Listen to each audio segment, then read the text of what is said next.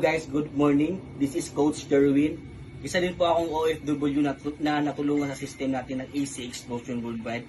So blessed na nag-grab ko itong opportunity na to.